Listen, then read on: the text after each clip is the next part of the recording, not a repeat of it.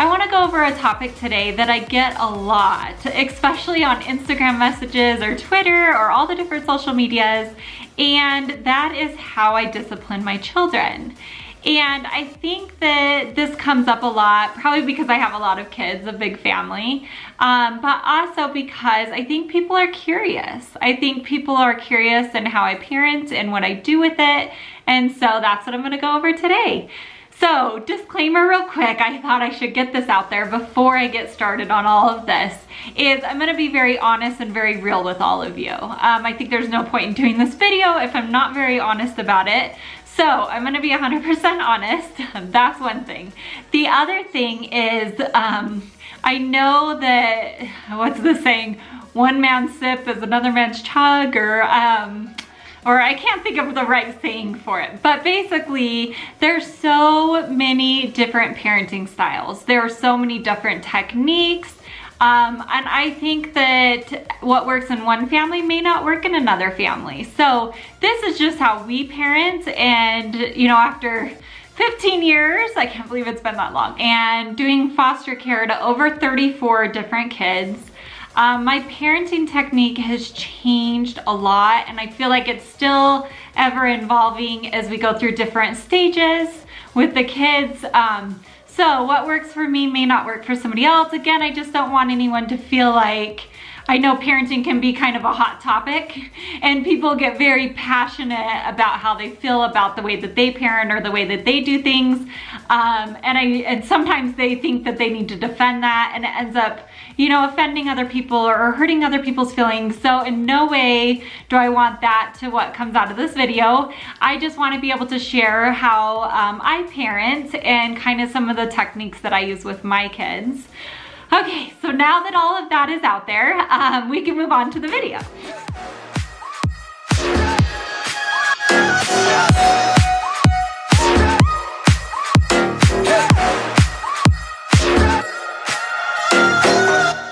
I just want to say one more thing really quickly, is some of my techniques have had to evolve and change because of our family dynamics.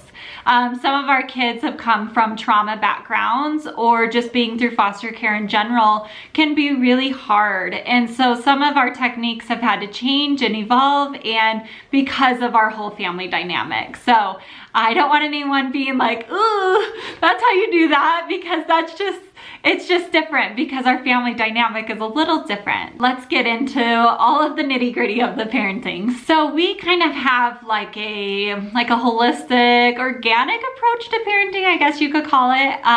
And what I mean by that is we care more about our kids' character development than we do about immediate obedience. And not to mean, or not to say that we don't expect our kids to obey us, but at the same time, I feel like their heart and their mind is more important than necessarily getting them to listen right in that moment. Let's back up a little bit, because we weren't always this way. Aaron and I got married at a really young age, and in fact, I was only 17. It was the day before my 18th birthday when we got married. Shortly after that, we had Hallie. And I didn't know how to parent. I mean, I always knew kind of in my mind how I wanted to parent, but it wasn't how I was raised, and it wasn't how Aaron was raised. So Aaron comes from a completely different background and different experience, and he did get spanked growing up, and he did have a military dad in the household and expected him to do things then and now, and it was very more strict. With me, my mom was a little bit more lenient. Shelly, or my sister, would not say the same thing because she was very strict with her. But for some reason, because I was the youngest of four, I think I was kind of babied a little bit more, and my mom was very nice and kind to me, and things, I don't know. But at the same time, she didn't really, I couldn't really talk to her. I couldn't really open up to her in the way that I wanted to. And I love you, Mom, if you're watching this. It has nothing to do with your parenting or anything, because I really feel that she did her best and she was a great mom. But so to take Aaron's, experience and my experience and mold it into a parenting style was difficult for Aaron and I. We went back and forth on a lot of things, and it took us a while to kind of come to an understanding an ever-evolving parenting style and technique. So that's just kind of the background of that part of it.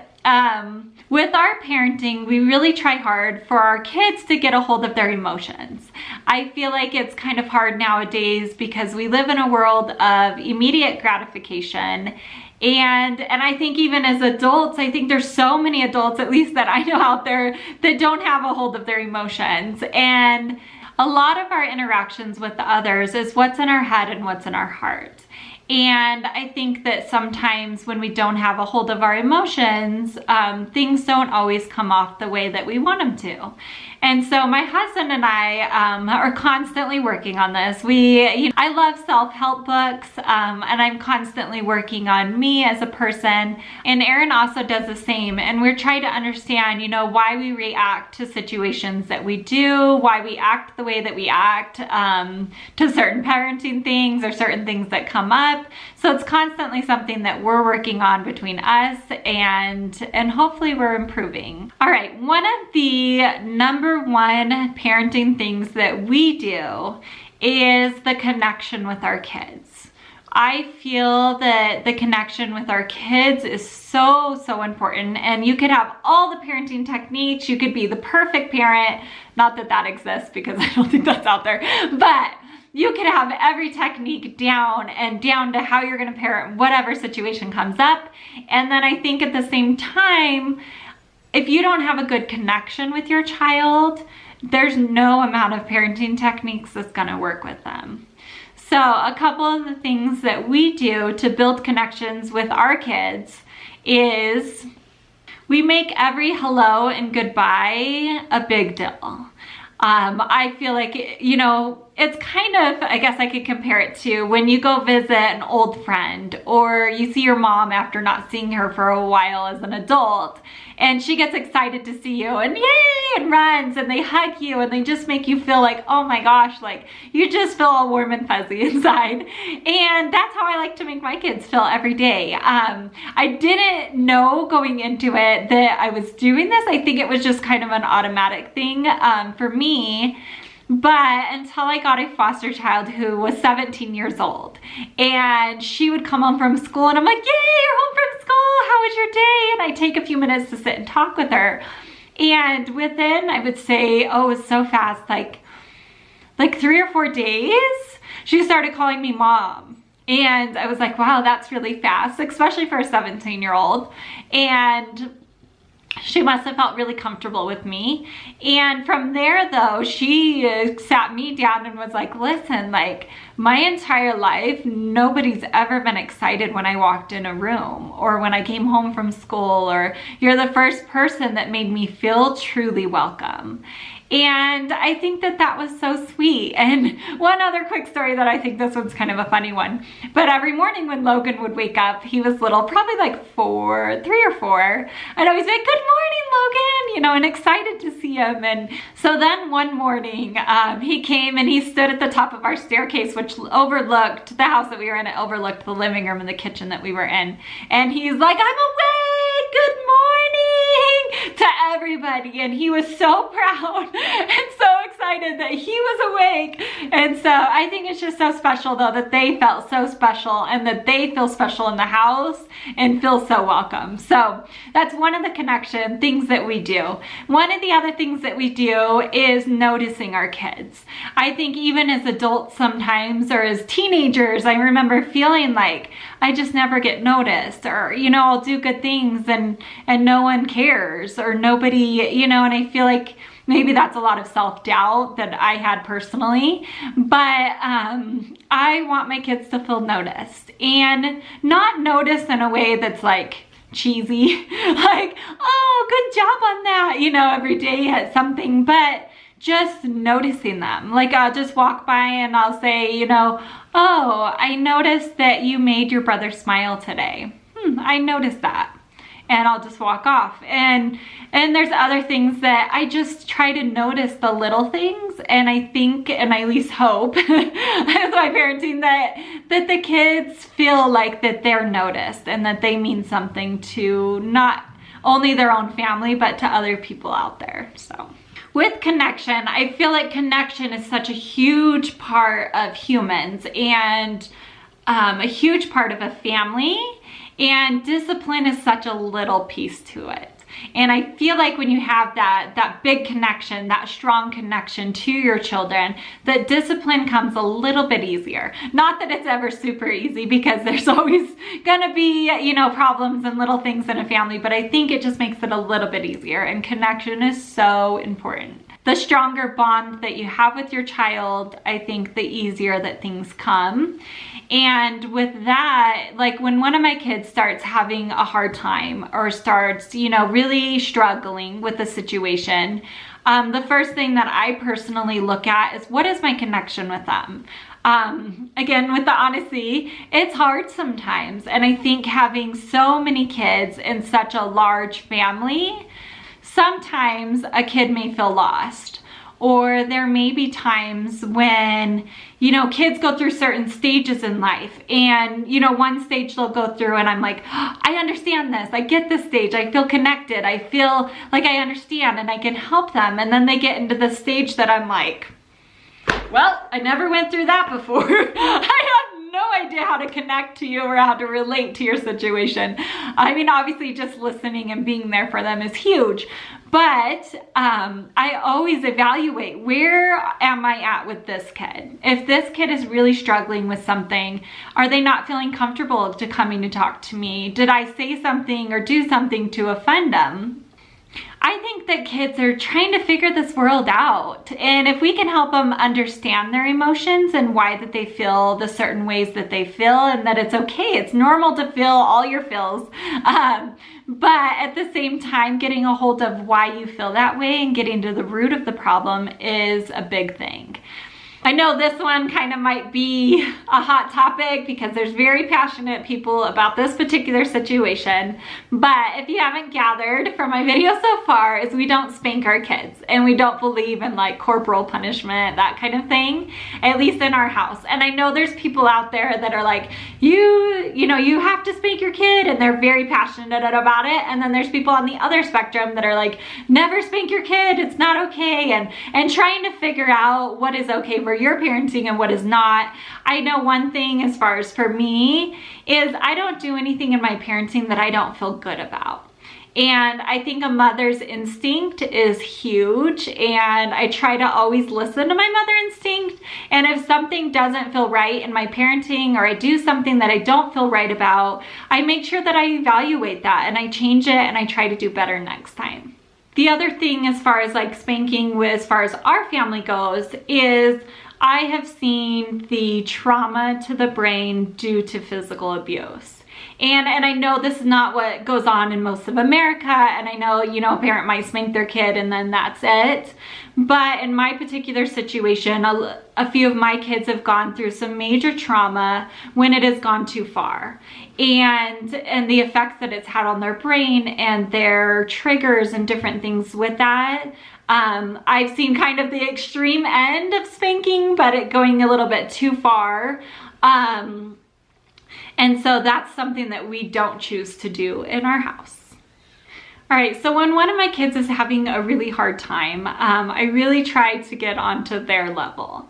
I go down to their level, I try to talk to them about it, why they're feeling the way that they're feeling, and kind of what they're going through. There are situations where some of the kids are too upset and too angry or mad, or, you know, all these different things that they're not ready to talk. And so we do use timeouts in our house, but more often than not, I usually just send them to their room, and it's not in a mean or rude way, like, go to your room, like, I don't get crazy with it. I just tell them, hey, you know, it looks like you need some time to yourself. Go to your room. It's their quiet space. It's their space to really get themselves together. And when you're feeling calm, come join the family. And with this, I don't set a time limit. I don't, you know, every kid is different. You know, some can calm down in 2 or 3 minutes. Some it takes, you know, 20 minutes or an hour. It can take different amounts of times, you know, depending on the kid.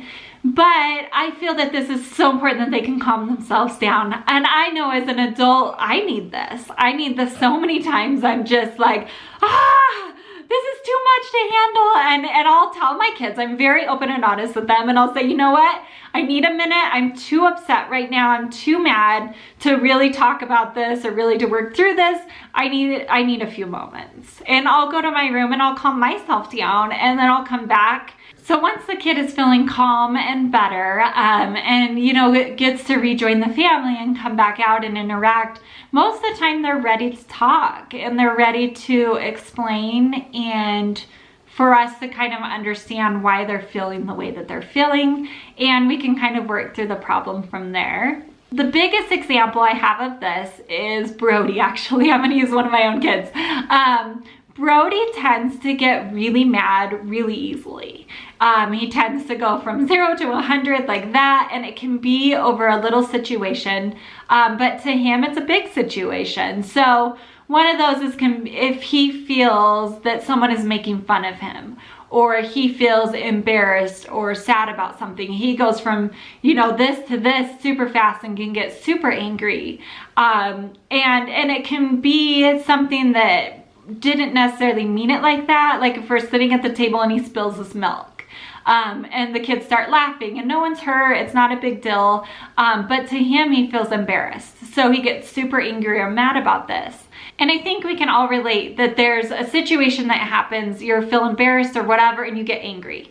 And that's his natural response to that. And so that's something that we're really working on with him, is just recognizing that that's why he feels that way. I felt embarrassed. I felt like they were making fun of me.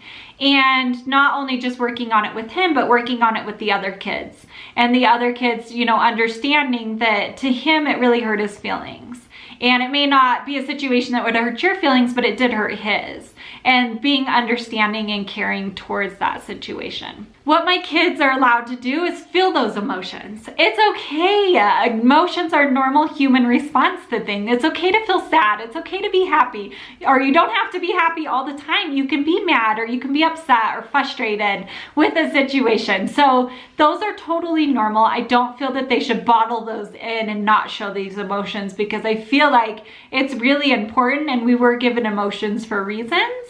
And I feel like as long as they're identified and handled properly, that those are a healthy, good thing. What the kids are not allowed to do is negatively affect the other children or the family in a whole. So one example is they're not allowed to sit next to me and scream in my ear, or kick me or hit or hurt somebody else. Those kind of things are not allowed in our house. And in those kind of situations, that would be another situation where I would want them to go to their room and just calm down. In our parenting, we really want to raise emotionally stable human beings that are very empathetic to other people and how they're feeling, and very aware of other people's emotions around them and how they are affecting somebody else, whether it's negative or positive. That's just that they're aware of that situation. One of those things that it actually wasn't modeled to me growing up, but I've always felt like it was an important thing to me, at least. And that is that I apologize for my mistakes. I mess up. I'm a human. Some days I'm just like, leave me alone, or, you know, I'm feeling super frustrated, or, you know, something happens and I owe an apology, and I have no problem going to my children, pulling them aside and saying, you know, Mom didn't act right today. That wasn't right for me to, you know, get upset with you about that situation, or the way that I worded that was really rude and that was not okay, and I'm really sorry, and can I, you know, and I ask them for forgiveness. And one thing in doing with this is I cannot stand when the kids blame other people for their actions, and even adults. I hate when adults can't apologize or admit to a mistake and make the mistake right. And so as far as like with my kids, like if I go and I'm like, hey, why'd you do this? And they're like, well, so-and-so did this and this person did that. And they're deflecting onto everybody else around them. That's probably one of my biggest pet peeves. I hate when people, or when my kids do that. It kind of gets on my nerves because I feel like if you make a mistake, it's okay. It's okay to make mistakes in life. It's okay, you know, to have to apologize. And taking that ownership and really loving people around you enough to admit your mistakes is a huge thing to me. A lot of the parenting techniques and things that I use actually come from, and it's a whole book, a whole class, a whole series called Love and Logic. And they have taught me so much. And one of the biggest things, and I know this is probably gonna sound the weirdest thing that I do, you know, as far as parenting goes, is I love when my kids make mistakes. And I feel like I have learned my biggest lessons in life from making mistakes, from doing something and like, oh, I'm not gonna do that one again. I learned my lesson. And I think that the more, or kind of what they teach is the more mistakes they can make while they're younger, the lessons cost a lot less than when they have to learn them when they're older. So if you take over and you don't let your, you know, your kid think for themselves and you're constantly like watching out and not letting them make mistakes, you know, then they have to learn those mistakes sometime. And usually the older they get, the more expensive the mistake is. The biggest example I can use of this particular situation is Hallie, and she was 4 years old, and she was on a little trike outside we you know, up and down the sidewalk, and she was wearing a helmet, she was safe, but she was going too fast. And we had a sloped driveway, and she would keep going down that, and she would go so fast, and then she would pedal her little self, and it was just too much. And so I saw what she was doing. I went to correct it, but I was a little too late. And she ran into a pole and tipped over. She scraped her knee on the sidewalk and was crying and upset, and I took her in and cleaned the wound and bandaged it, and you know, I'm talking with her, and I'm like, you were going a little fast, and what did you think? You know, and she was like, oh my gosh, Mom. She's like, I will never go that fast again. And the more she was talking, I mean, she was a little 4-year-old, but she was saying basically that she learned that there were certain safety things when it came to moving vehicles. And so, and even now to this day, she is like super safe as far as like who she gets in the car with. She always wears her seatbelt. She just really learned that lesson at a young age, which I'm so thankful that she learned it at 4 and not when she was 16, 17 and behind the wheel of a car and could really hurt herself or somebody else. So the more mistakes they can make when they're little, I'm like, yes, you learned your lesson. This is so good. I'm so happy for you.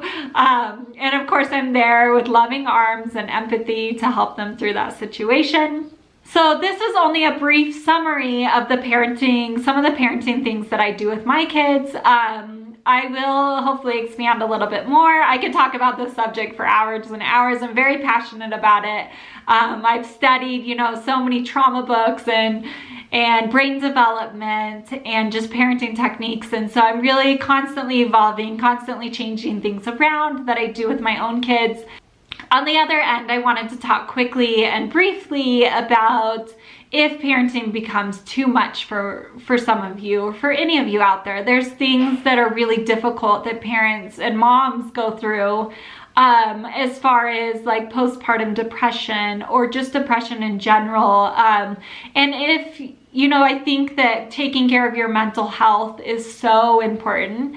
And there's no shame in going to the doctor and letting them know if you're having a hard time with something. I think that there's medication out there that can help you and can help others, or there's counseling and there's classes and there's different things that can really make it a little bit easier on you. So if you are struggling and you're on a whole level where it's out of your normal, it's not just like you're frustrated a day, but it becomes several days and it becomes overwhelming and just too much to parent, reach out to somebody, reach out to your OBGYN, reach out to your primary care physician, whoever you can, to really get the help that you need and deserve. In order to be there for your kids, you have to be in a good mental state. And so I think it's so important that you take care of yourself first. This also may come as a surprise to some of you, but sometimes I don't have good days, and sometimes I get really upset with my kids. I get really upset, you know, with my own husband. Sometimes I just get frustrated with things in general, and I think that and sometimes a break or taking care of our own mental health is super important. I'm a big believer in, you know, going out for date nights with my husband, or you saw that we went to Las Vegas, you know, a couple months ago, and taking that time to build his and I's relationship, but also just to have that little mental break to kind of refresh and recharge ourselves so that we can go back best parents that we can possibly be. In no way am I the perfect parent. I don't think it exists out there. I constantly am making mistakes. I'm constantly doing things that I'm like, oh, can I have a redo on that one? And I'll talk to my kid about it, you know, and I'll redo things. And I constantly am trying to improve and get better and better every day and be the best parent that I can possibly be. Thank you so much for taking the time out of your day to watch our channel and to really be a part of our family with us. I can't tell you how much I appreciate it, how much I love all of your comments, everything you guys say. Your guys' comments on Jamie's video that I did about, you know, the hard part about special needs parenting meant the world to me. And so I read every single comment. You guys all touched my heart, and you all just mean the world to me. So if you guys have any more comments or topics that you would like me to go over, or kind of tell you how we do it in our house, I would love for that. So comment those down below. And thank you so much for watching, and I'll talk to you soon. Bye.